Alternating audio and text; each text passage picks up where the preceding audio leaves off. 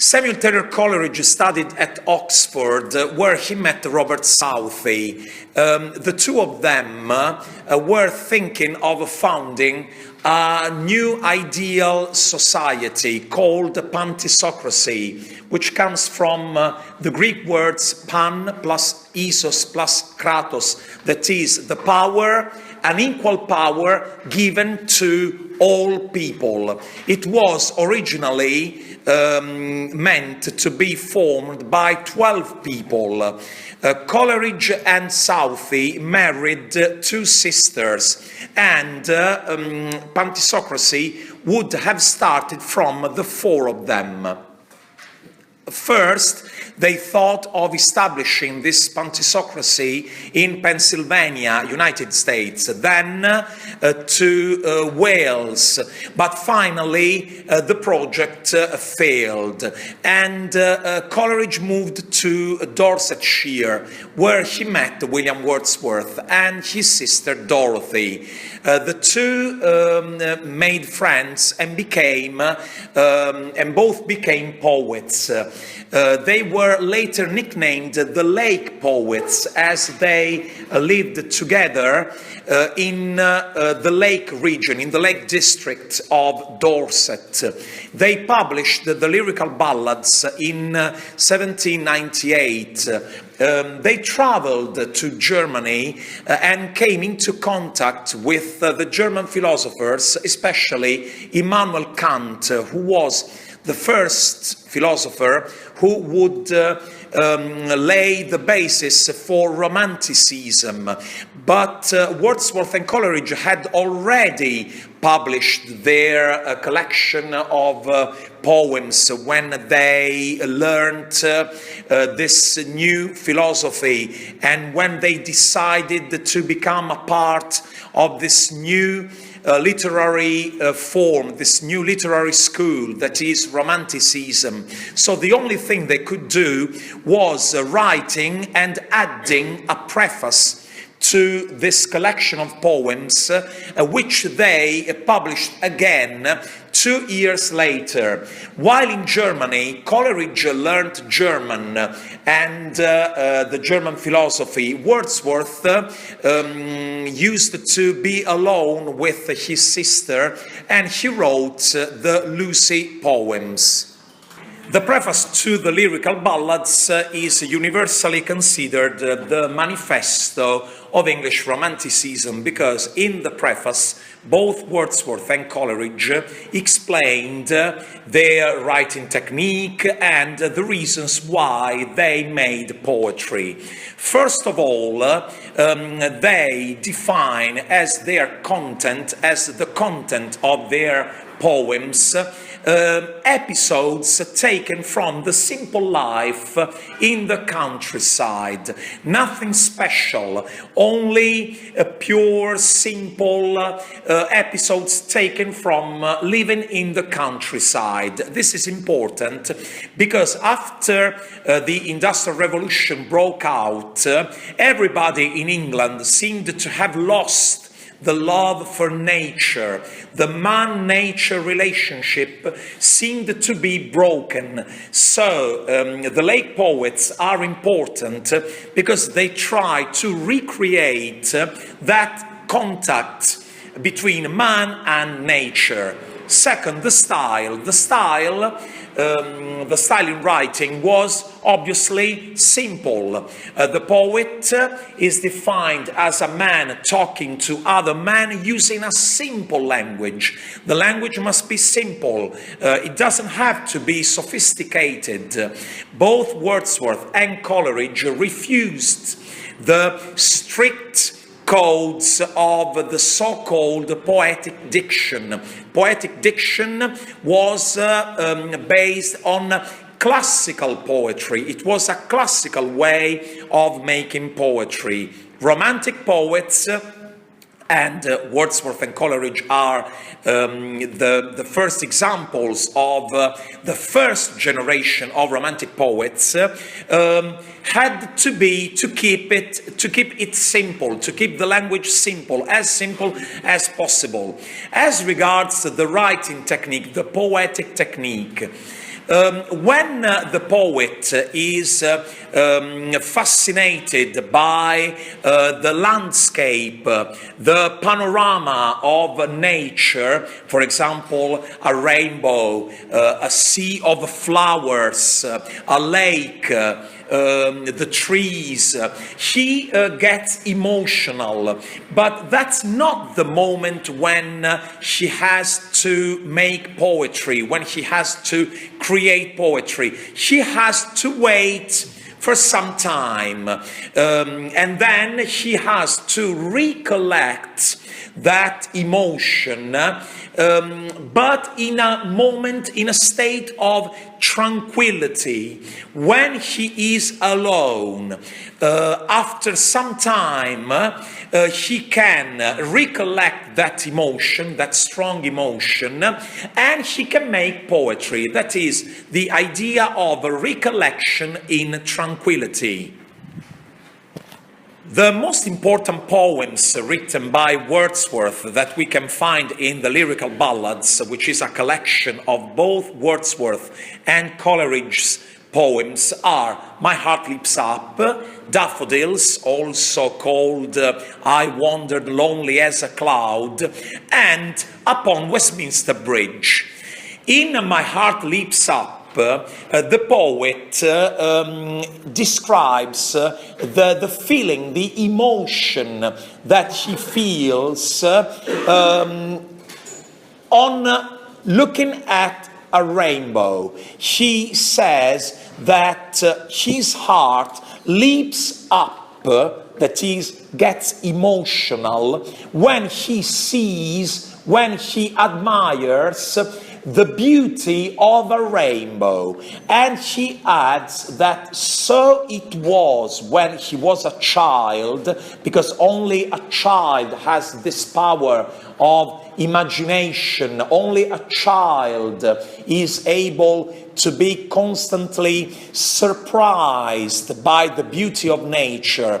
But then he says that he is a man, he is a poet, so he shares a child's sensibility, a child's ability of imagining, other words, of looking at nature with the eyes of a child.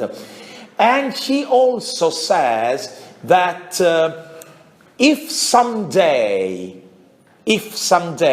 he doesn't feel any emotion in front of the spectacle, in front of the beauty of nature, it will mean that he is spiritually dead.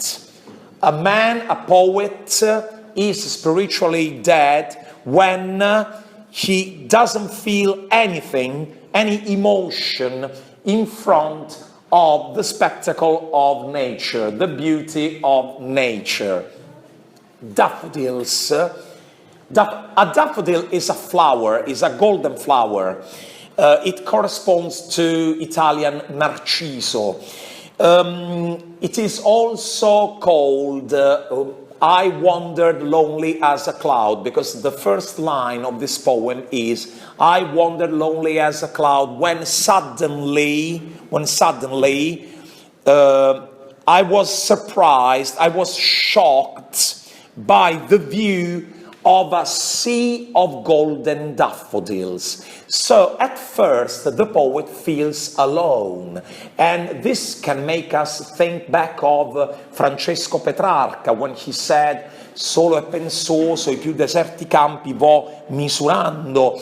But this feeling of solitude lasts only for a while, because then nature, which is a spiritual guide, a companion, a friend to man, if man is able to reunite with nature, nature becomes his best friend. And so does nature in this poem. He is no longer alone. He is fascinated by the beauty of these flowers, of these golden flowers, and they are pictured while they are dancing in the breeze. It's important to notice the use of the verb to dance, because it is as if these flowers were alive, they could move. The poet is fascinated by the flowers, and he adds, I did not think of what was happening inside of me, inside of my mind, my heart, because that view, the spectacle of the beauty of these flowers, was much more important than that unique feeling that he felt on that day. Because even afterwards, even in the future, when he is alone, in the ugly atmosphere, in the ugly environment of the industrial town, he will think back of those flowers, and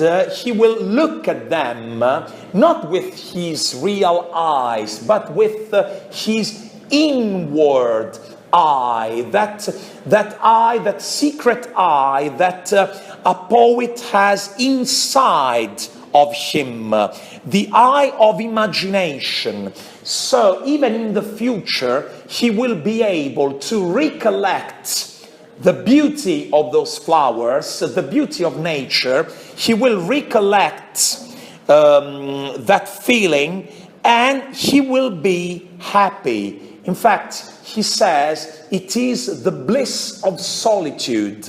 It is the happiness of contemplating the beauty of a memory, because it's just the beauty of a memory. He is not in front of nature anymore, but he thinks back of the daffodils and he feels happy, and in tranquility he is able to make poetry.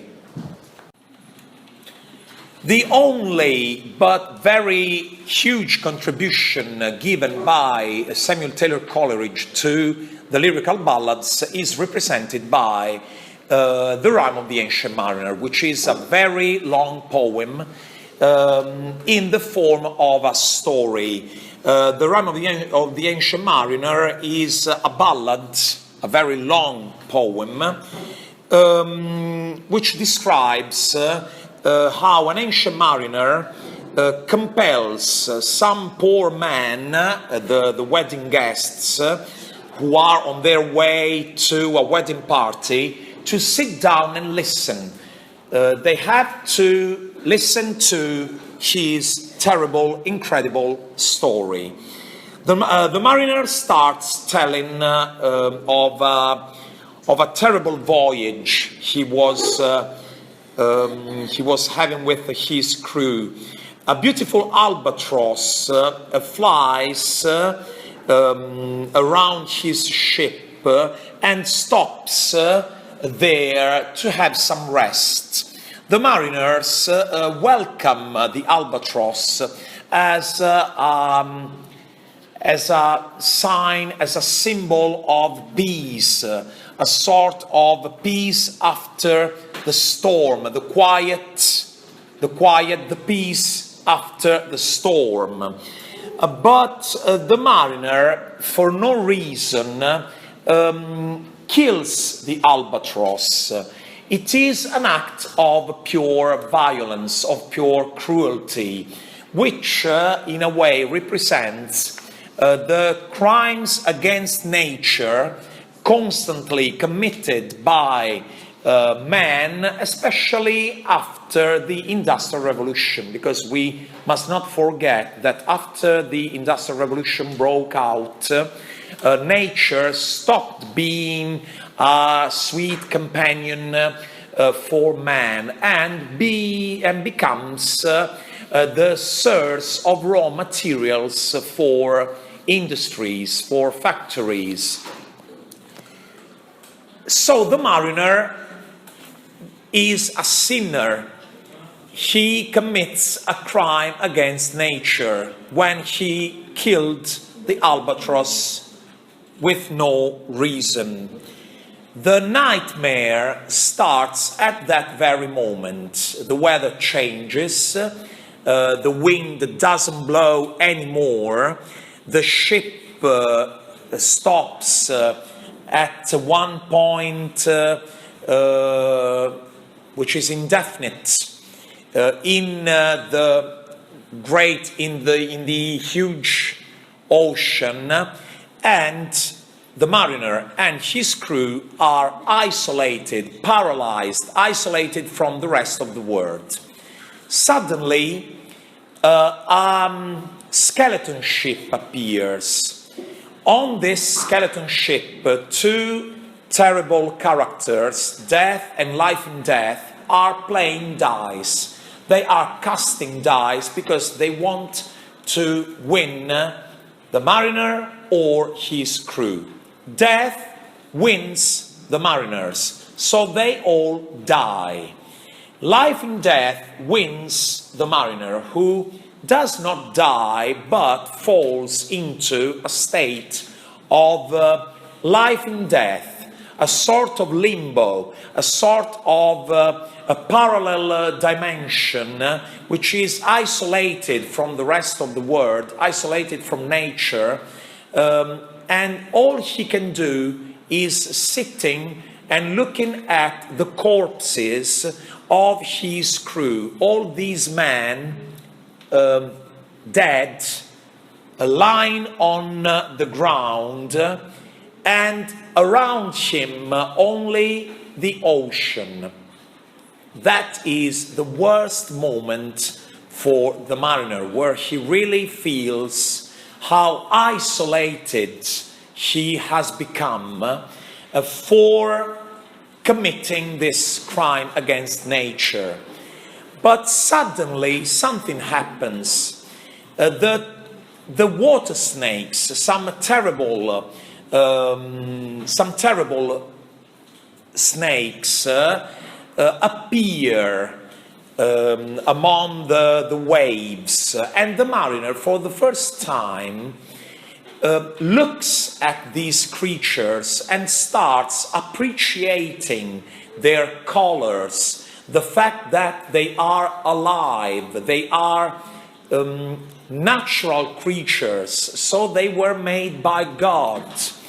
And that is the moment when his redemption starts. He has now understood the importance of nature, the importance of being in harmony with nature, and is now able to go back to the community of human beings to tell them his story.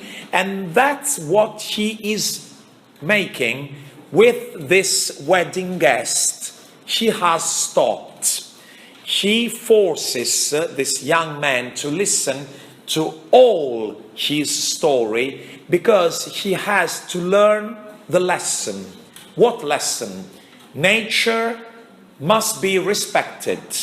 Nature is a friend to man, and man must recreate this relationship, this direct relationship with nature, which had been broken by the Industrial Revolution.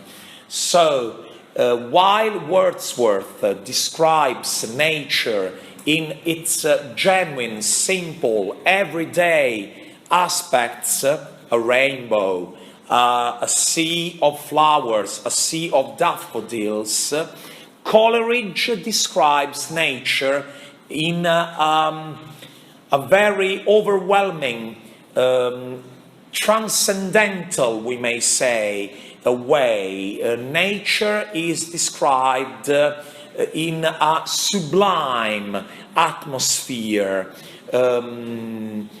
We must not forget that in his essay on the sublime, Edmund Burke defined the sublime as something which paralyzes reason, which hypnotizes the one who looks at a sublime thing, such as a scorpion, such as a spider, and when reason is paralyzed, that's when imagination can start acting, can start working.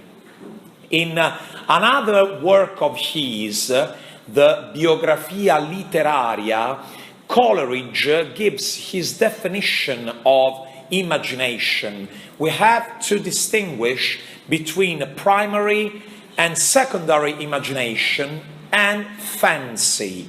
Fancy is the lowest condition of imagination. Fancy only consists of thinking, of collecting ideas. Primary imagination is the ability of putting these ideas together. The secondary imagination is the most active part of the imagination process.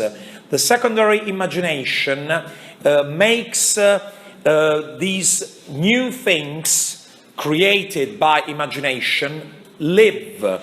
So it was secondary imagination which created the skeleton ship, death, life in death, and made them move, and made them actually act.